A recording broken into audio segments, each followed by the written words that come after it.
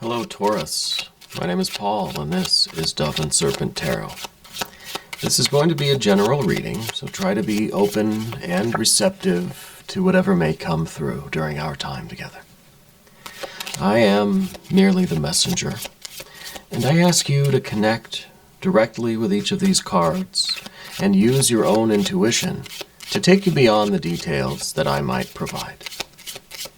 And if there is anything you need me to pray over, or meditate upon, or send positive energy toward, please let me know. And remember, Taurus, that the most important part of any tarot reading is you. And a 9 of Swords. Interesting. Painful truth situation here, okay? We really are using our mind to get to the bottom of something, to get the information that we really need. Okay, now this isn't always a negative card. Every card has light and shadow. So let's not worry too much about this. We're going to put it into some context. Okay, there is something that you are, I don't know, kind of investigating. Wow, a lot of major arcana. 2 of Cups, 9 of Cups, 9 of Wands. This is a lot of very good energy, right? We have a 9 of Cups, 9 of Wands to go with this 9 of Swords. So I think we're very well taken care of here. Nothing to worry about. Let's select our mystery card, bonus card, confirmation card. This is one card from the Smith-Waite Tarot. We'll put it right here. We'll put Mr. Ed on top. Now, we're not going to look at that card until the very end. All right, so don't even ask. But we are doing something different. If at any point during the reading you get an idea, a sense, a feeling of what that card is, I want you to type it into the comment section. Let's see if we can collectively raise our vibrations, collectively tap into source, into spirit, into our own intuition, and start discerning this mystery card together. Okay? But first, major. We've got some fire. We've got some water. We've got a little bit of air. We got a little bit of earth. So I think what's going on with the 9 of Swords and the Princess of Discs is I kind of feel like we're trying to be extra patient with people right now, because there is something that we are trying to get to the bottom of. I don't know if this is in terms of, at first I was thinking it's a work thing, but now I kind of think it's a more private, personal relationship, that we're trying to really get to the honest truth about what's going on, maybe about feelings, or about the nature of the relationship, or, the agenda, the plan, or the future kind of projections. It could be that we are coming to a deeper realization about something regarding this relationship. Okay, it's a rather painful truth, right? But I think it's providing us with new insights. Okay, and I feel like we're starting to realize what the kind of unlimited possibilities are when we start just kind of speaking our truth, right? When we just kind of start being honest and really being honest with ourselves, and then being honest in our communication. This is the only air energy that we have, right? The only air energy that we have the Empress, we got the 2 of Cups, 9 of Cups. I feel like we're realizing that through these deeper conversations with people, that we're connecting in a new way, right? That we're getting new insights into our own beliefs, into our own relationships, into our own work, our own partnerships, our own spirituality, our own wisdom, right? We're tapping into a a new relationship with ourselves, with our higher selves, with God, Goddess, Deity, with the spiritual guide within, right? As well as in our family, our work, and in all of our relationships seem to be benefiting from this is almost like a dissection. It's almost like taking things apart. And maybe we're having these very deep, deep discussions with people. We're connecting with people in conversations way below the surface, right? We're not just talking, how's the weather, right? What about the local sports team? No, I feel like you're really communicating with people in a way that digs deep to the core of who we are as people, right? So I feel like you have this ability to really understand what people are all about, understand what they want, what their needs are. See, we've got this Two of Cups over here too. This is talking about one-on-one relationships, right? This is one-on-one relationships where both parties are getting what they need, getting what they want, getting what they desire. I feel like you're able to tap into that with people. And maybe it takes an extra level of patience, right? I think maybe you are, you're thinking about how improving the depth of your relationships, the strength of your bonds with people, how this is going to be good for you long term, right? How we're making kind of lasting connections. We're networking on this very deep level, a spiritual kind of networking, you know? And I see that it has a lot of practical applications for you with the Princess of Discs, or Princess of Pentacles right here in the middle. I kind of feel like you're able to really, I kind of hate to use this word, but I can't think of a better word right now. You're able to persuade people, right? You're able to express yourself in such a way that people trust you, people believe you, people want to follow you, people want to be involved with whatever you're involved with, right? You've got this confidence about you. Here's the Six of Wands. It's up above everything. You've got this kind of silent strength about you right now, where you are, just by your presence, you are inspiring people. You are making people feel empowered, making people feel stronger about their own life, their own decisions, just by you being in the room, right? You have this kind of larger-than-life personality right now with the Six of Wands. And I think that this is really, this is good for you. This is kind of a charisma that I'm feeling. Yeah. This seems like just the perfect time for you to start making connections. Look at this. We've got the Justice or Adjustment card down here beneath the surface.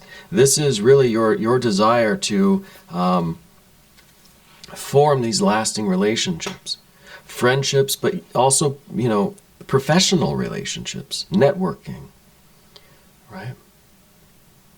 This is really good. And we have this confidence now, like I said, where it feels like we are, it's like we're just going around the room, like making deals with everybody, right? Everybody wants to work with us. Everybody feels inspired by you. Everybody feels your confidence and your charisma. And they think that it's going to be very good for them to be part of that with you. Okay? And I think it really all does kind of stem from this Nine of Swords. Now, the Nine of Swords is usually it's a pretty difficult card to interpret in a positive way, right? It's a pretty nasty card usually. And I think that this is really, this is our eloquence right now. Right? This is Mars in Gemini. So it's kind of a brutal way of communicating, right? It has this kind of, this feeling of brutality to it.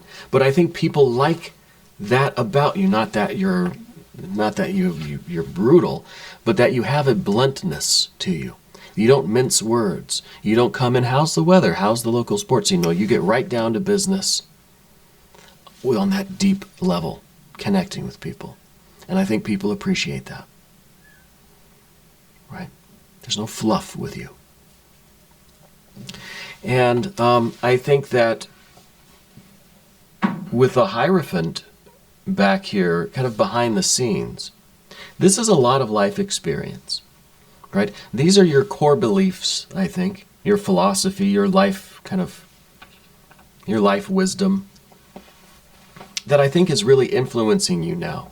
I think that you've gone through a major growth in your spiritual, psychic life. I think you've made a connection with your inner mentor, let's say.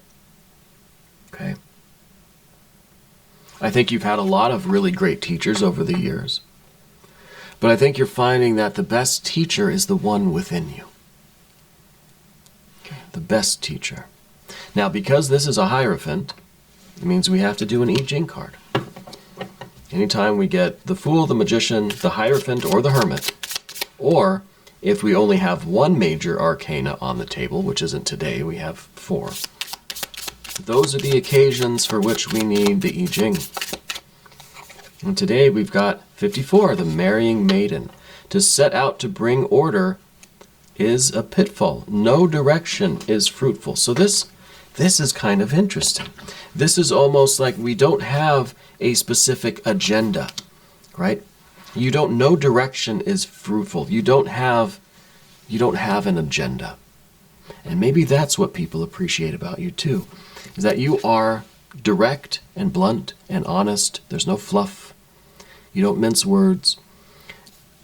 You express what you express in a very honest and direct way, and people feel like you don't have a hidden motive. There's no agenda with you.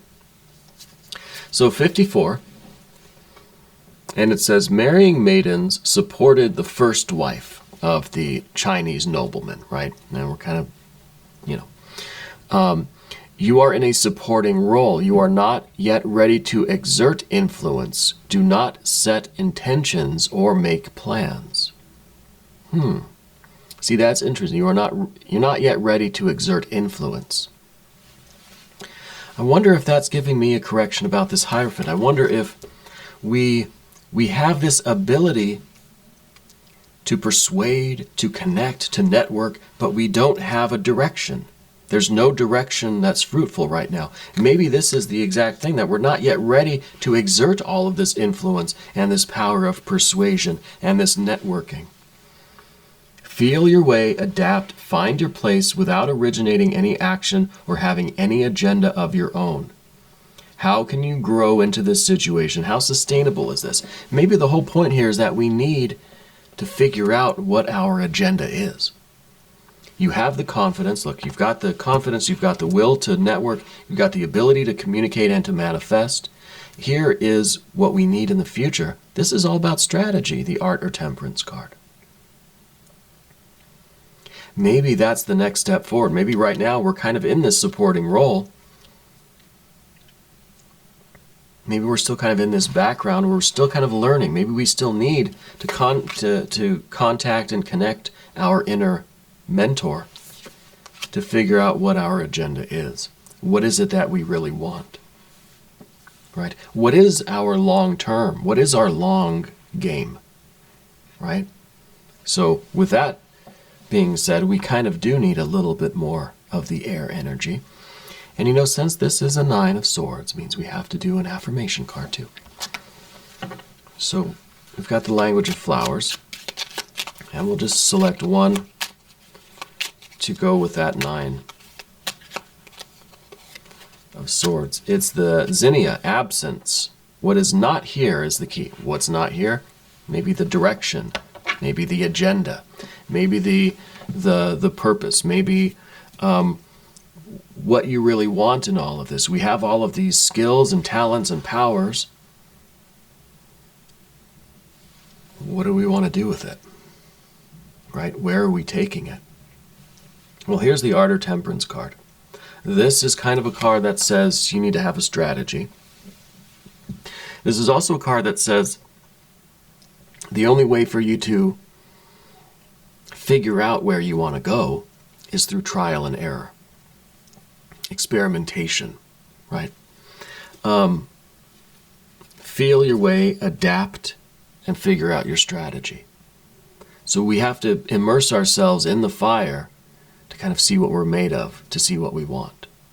Okay? And this is the energy that we need going forward. We need to get out there into the world and try different things.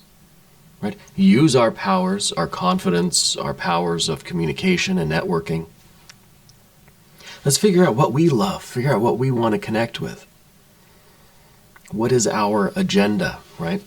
And that brings us to the path of the serpent, and we start with this Empress energy. Now, this could be an indication about your agenda. Maybe part of what you want is to help or heal other people. Sometimes this is the card of nurturing. This is the card of, being a caregiver. Maybe working in the medical field, something like that. It could be. But I feel like this is also an agenda of creativity, of production, of fertility, right?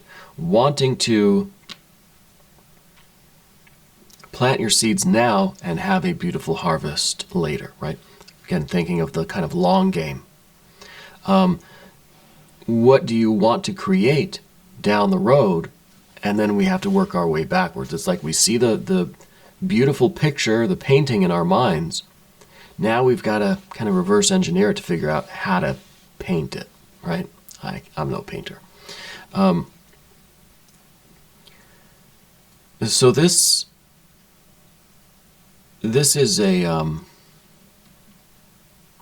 very loving energy, but this is also a kind of yielding energy. This is kind of almost a card that is just waiting for things to come, right? And it's kind of a different vibe than the art or temperance card, right? Art, right? Creation, right? And then the beauty of what we're creating. So it's almost like this is our future self waiting for us to figure it out and get there. Yeah. So we don't yet really know, I think, the Empress. I think this is where we have to arrive. And this is your creation, this is your art, this is your life and luxury that we're after. What is your agenda? Right. Well, we've got this Two of Cups in the environment. And this is also the timing. And this is also talking about our relationships. So it might be time for us to both realize our environment, realize, or perhaps ask ourselves if our environment is where we feel the most connected, if this is really where we're supposed to be. And I think we need the kind of brutal Mars and Gemini analysis to say, is my environment right now the best thing for me? Right? We want an environment that is nurturing and affectionate, reciprocating, mutual, two-way street, right? We want to connect one-on-one with everybody, right? We want to have those deep personal bonds with people in our lives. So we have to ask ourselves if where we are in our life right now is the most conducive to this. Okay. Now that still doesn't quite give us our agenda, but maybe the environment has to be such that we can explore the possibilities, right? That we can do our art. And this kind of, I now kind of get the idea of like this art of conversation, right? The art of networking, sort of thing. But I don't know if your environment is ripe for that. And that's something that you have to ask yourself. It's time to get these one-on-one connections, right? And maybe it is through these connections. Now, these don't have to be with people. It could be a one-on-one connection with an idea, with a hobby, with an avocation, with an interest, a passion, a field of study, right? These one-on-one connections. Feel them out. Is this the right one for you? Well, it could be a romantic relationship too. And we see ultimately these nines. We have a lot of nines here, which I do like. I feel like we're trying to establish the foundation for the rest of our life. The nines are all about foundation, right? They're foundational numbers. There are also numbers about generating, right? So if you think about a foundation to a house, it's kind of the underneath the house. Well, that's where you might have a generator if you needed a generator, or outside somewhere. I don't know where you put a generator, but the idea is that by continually working on ourselves and refining our lives and refining our intentions and our agenda and our relationships, we're going to consistently and kind of perpetually generate our best life, generate our happiness. 9 of Cups, fulfillment on every level of our being. Physical, mental, emotional, creative, spiritual. And this is ultimately what we really want, but this is in the position of our fears, worries, and concerns. So it could be that there is this concern with us that no matter how many people or ideas or things, no matter what we connect with, no matter how much networking we do, we're going to run always a little bit short of this. And that's our fear, that's our worry.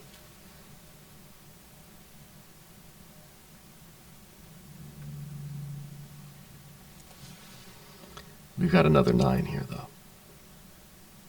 And the 9 here is strength. It's the 9 of Wands. It is a connection between head and heart. This is the card that says, I have an agenda. This is a card that knows its purpose. And I think that we need to strive for this. And I think it's through this whole process, the 9 of Swords and the 9 of Cups, understanding that what we ultimately want, and then figuring out the details kind of how we get that, gives us this certainty and this resolve that we can't be shaken, because we know ourselves. This is us with an agenda. This is us now taking an oath that, in my life, this is what I want.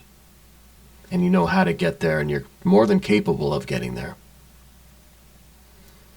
But we need that certainty. We need that surety. We need to make that promise to ourselves. We need to have the willpower to do that, despite the fear of kind of falling short of that. Okay, we're understanding how to generate our best life. And I think you have everything you need here. This is really a very interesting combination of cards, to say the least. But now we should do the mystery card. Thank you, Mr. Ed. And this is the point of the reading where I ask you to try to connect with your intuition. Let's raise our vibrations. Okay? Let's try to figure out this card together. Now, I'll switch the camera. It could be some more air energy, because this 9 is all we really have. But the 9 is kind of how we generate all of our communication, so we don't really need other air or swords cards. I was talking a lot about the 2 of Cups, that we need to be honest about our relationships and about our environment, and see if we're in the right place, I'm kind of wondering if this is going to be another 2 of Cups. Maybe we need a confirmation that, we're in the right place, doing the right thing. And we just need to keep connecting with as many things as we can, as many people as we can, connect with life, connect with love and joy and beauty, on that deeper level that we are so capable of doing. I'm thinking 2 of Cups. It's the Two of Cups. And it's interesting that in these connections, these one-on-one connections, that is where this Leo energy, that lion, is springing from. It's growing out of this one-on-one connection is giving you this tremendous confidence. It's allowing you to be this, it's kind of giving birth to this charming and charismatic energy that you have, right? The real courage is coming out of these one-on-one relationships. And that is the same kind of courage that's going to allow you to then make a commitment, or to have an agenda, to have a specific kind of goal, Very interesting. I like this. It's all about love. It is all about love. We're going to do an extended reading, too. If you want to stick around, click either above or below in the video description. New readings for Taurus every Monday and Friday, 6 a.m. Chicago time. Subscribe to the channel. Hit the notification bell. It really helps us out, and I appreciate that. And Taurus, I want you to remember that you are the most important part of any tarot reading. You are the most important part of this channel. And I thank you, and I love you, and we're all in this together.